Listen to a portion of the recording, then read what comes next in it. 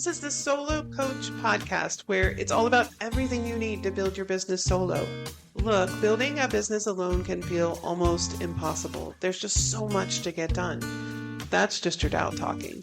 I'm Michelle Sarah, and I'm here to talk you through building a one-woman coaching business from the ground up. I'm talking marketing, time-saving systems, AI shortcuts, client attraction, energy, and belief, all to help you find your way no matter your age, stage, or starting point. Ready? Let's get going. You know how to do hard things, so why do you question your business and the ability to build it or grow it? You don't need to just push through. What I would love for you to do, if you're in that place where you are feeling like your business is not growing by leaps and bounds and you want it to go faster and you want it to be easier and this is just really hard, I want you to learn to love the challenge and stay with it. I bet there are many points in your life that you can look back at, especially if you are, a coach who's over 50 and see where you handled really difficult things. So why does this even come up as a question? Meaning, of course you can do this, right? Of course you can do this. A lot of coaches think that the hard parts mean they're not in alignment. But what if the hard part is the path? What if that tension, discomfort, and resistance are actually pointing you somewhere, not away from your business, but deeper into it? By really digging in and having to figure some things out, even if it doesn't come easily, it deepens the experience and the wisdom that you're then able to share with your clients. You're learning things so that you can grow your business and be not only the best coach that you can be, but the best business owner you can be, the best business builder you can be. Let's talk about what it really means when things feel hard in growing your coaching business and why learning to love the challenge is actually what makes it easier, ironically. And, I just have to say, I'm not saying these things because it is the latest SEO, right? It's not the latest phrase searched for. And I say these things and I talk about these things because it's real life stuff. I deal with this periodically, cyclical, things seem to start really ramping up and picking up and getting easier and I roll with it and I'm really happy and things are great. And then suddenly something seems to not work. I just had this happen recently. And you did everything that you've done before and it all worked really well. And then this time it just didn't. So that means I have to dig in and I have to figure out why it didn't work and do it again. So it doesn't mean that I'm not in alignment with it, right? There are certainly things that you may experience that is in fact misalignment. And that's something we'll talk about in another episode. But for today, we're talking about when it just gets really hard and you know that you might have to learn new things or you might have to try again or you might just have to push through and keep going. But I don't want you to just push through. I want you to learn to love the challenge. Look back in your life at other challenges you've had that you loved and how can you make the connection? I think about years and years ago when I raced dragon boats in Japan. It was really, really, really difficult, but I loved it. And even in the moments when I thought, what in the heck did I do? Why am I doing this? This is not me. This is too hard. I'm not a competitive person. I'm not a physically fit person. I had all the reasons in the world. This is so hard. Why am I doing it? And yet I loved it. And there came a point when I learned to love the challenge. So resistance to something, just like I shared, it is a signal, but it's not necessarily a stop sign. That thing that you're avoiding, whether it's emails or a sales page or a post or something that you need to learn around technology, that's the exact thing that moves you forward. And no, the fact that it feels heavy or hard doesn't mean that you're misaligned with it. Or I should say, that doesn't mean that you're not aligned with it, right? Like I said, we'll talk about that in a different episode because that is important. But in this case, I can tell you from experience that kind of resistance, it is a signal, but it is not a stop sign. It just means that the territory you're in is unfamiliar. temporarily, only temporarily. And sometimes aligned action feels like peace, and other times it feels like full body resistance. So it's not always resistance, but it's when we hit quote resistance, right? When something becomes very difficult in our business, whether, as I said, whether it's you have to learn a new piece of technology for that matter, like right now, are you leveraging AI as much as you can in your business, or does that just feel too hard and unfamiliar, foreign? It's not always a sign to stop, as I said, it's a sign that you're stretching, literally. And stretching is what creates growth, flexibility, and mobility, literally, for your business, for your capacity, and for your future. I mean, think about that. You know what stretching does for your physical body. What does stretching do for your inner self and for your business? Discomfort doesn't mean that you're doing it wrong. Let's normalize this. Discomfort is part of growing a business. You're going to always find points where you feel uncomfortable. You're going to always, there's never going to come a point where your day to day in your business is just rolling along and it's all perfect and familiar and easy and it's always that way forever. No, no, no, no, no. That is not the way it works. So discomfort is a part of growing a business. And certainly, you're not, when you do hit a point of discomfort, just know that you're not going to be uncomfortable forever. Yes, we're going to always have discomfort in our experience of our businesses as we grow, but it doesn't last forever. Nothing ever does, right? Change is the only constant. But in the beginning, especially like if you're in the first 1 to 3 years, and especially if you're over 50, you may feel like discomfort is the name of the game, that's the daily experience, and that means this isn't for you. But discomfort can be a necessary passage to the place of, I can do this in my sleep now. The key isn't avoiding discomfort, it's letting go of the need to avoid it. You don't have to love how it feels. You just don't have to treat it like a threat. Most people freeze or pivot when something gets uncomfortable.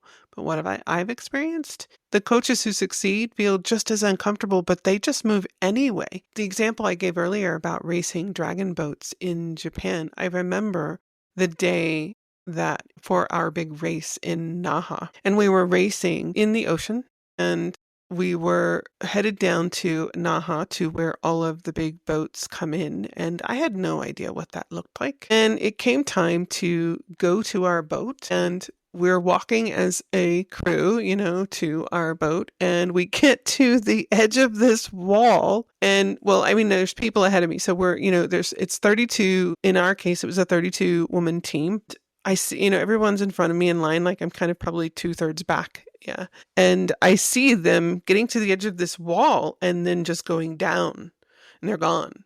And I thought, oh my God, where are the boats? Like, why can't I see? And there was this like 50-foot drop that with a metal ladder, like bolted to the wall that you had to turn around and get on and go down. Now, for a lot of people, that's no big deal. But for me, that's a really big deal because I am afraid of heights and I've never been super, let's say that Grace is my middle name. I've never been super graceful or coordinated. So for me to, in front of all these people, flip myself around to get on this narrow ladder, it was only maybe not even 1.5 feet wide. It was very narrow to flip myself around and get on this ladder and go down, like I said, about 50 feet. And then get off the ladder into the rocking boat. I didn't know that was going to be the case. I was not prepared. I was not expecting that. Do you think I felt discomfort? Oh, yeah. I was ready to turn around and leave. I was so afraid. That hadn't been in any of our training. We had practiced on docks and got into the boat from docks right at the level, right? So I had to pretty much tell myself that I was going to love the challenge. And this was not a threat to me. This ladder, this wall was not a threat. I was going to love the challenge. Watch me do this. And I did. And I survived. And we won the race. So discomfort, I should say, doesn't need to be put on a pedestal or you don't want to reinforce it in that way or let your thoughts get super hyper focused on the discomfort, because then what happens is your brain starts filtering out or filtering for only things that seem to be uncomfortable. And suddenly that's one thing after another, and you're just attracting more and more. It's actually you're noticing more and more because you're not noticing all the other wonderful things. And you're making yourself a magnet for it. Hello, manifesting. It's just like the ladder and the wall, right? I could have very easily, and a matter of fact, it took every ounce of effort I had to not do this, hyper focus in the probably 10 seconds I had, so that by the time I reached the ladder and the wall, I would have been shaking horribly and could have slipped and fallen, or I could have embarrassed myself. There's a number of things that could have gone wrong had I let myself get hyper focused on the discomfort. So you don't have to, bring more attention to it, put it on a pedestal, just accept it that yes, discomfort is a part of business. Don't argue with it. Just let it be there and take the next step anyway. This is what I see with coaches who are super successful, or entrepreneurs in general, right? Even athletes, of course. There were women on this dragon boat team that flipped over onto that ladder and down that wall so fast. They did it before I could even blink, and it was no big deal for them. And, I had to take on that same energy. It's kind of like saying, yeah, I see you over there, discomfort. Stop being a lurker. I'm moving on. You've done hard things before, and this is no different. Maybe I don't need to point this out, but I will anyway. You already know how to do hard things. You learned from scratch. You've practiced, refined, and repeated until it clicked. Maybe you built up a career. Maybe you went to college in something that was incredibly difficult. Who knows? Maybe you had life circumstances that were really, really hard. You have done hard things before. Like I said, you've learned some things from scratch. I know there is something in your life that you have learned from scratch, and you practiced it and refined it and repeated it until it clicked. And maybe you did that because you had no other choice. This business building thing, same process. And it doesn't matter whether you're good at marketing or natural at sales. It's about understanding what to do and giving yourself time to master it and loving the challenge. I'm pretty sure someone somewhere has said that success comes from learning to love the challenge. This should be a poster. But don't feel like you need to go reinvent yourself either. Repetition is more important with a whole lot of letting go. Your nervous system is in the room with you. Don't forget that. And here's what most business advice ignores. If your nervous system is shut down, no strategy will stick. You can know exactly what to do, but if your body is in fight, flight, or freeze, you won't do it. This is where somatic awareness comes in. I love somatic work. And I'm not saying this as like a healing practice, but as a business tool. Breath and movement and grounding, even a hand on your chest in the center, or just over your heart. And 2 deep breaths can shift your energy enough to press publish. God knows that it's me on a daily basis. You don't need to go full body woo unless you want to, which is totally cool. But you do need to recognize when your body is tapped out and give it a chance to come with you. Because sustainable business happens when you're actually present in it. If you are doing a hard push to increase visibility in your business, and that's always been a really big challenge for you, and you are becoming more and more visible, chances are, if you are a super sensitive person, like me, if you are very introverted, even if you have a lot of trauma in your past, going through the process of becoming more visible in your business can be very, very draining and very quickly. So be sure to be aware of that and give yourself grace. Give your body a chance to rest and catch up and come with you for the next step. Look, you don't have to wait for it to feel easy. You just have to be willing to keep going even when it doesn't. You probably didn't want to hear that.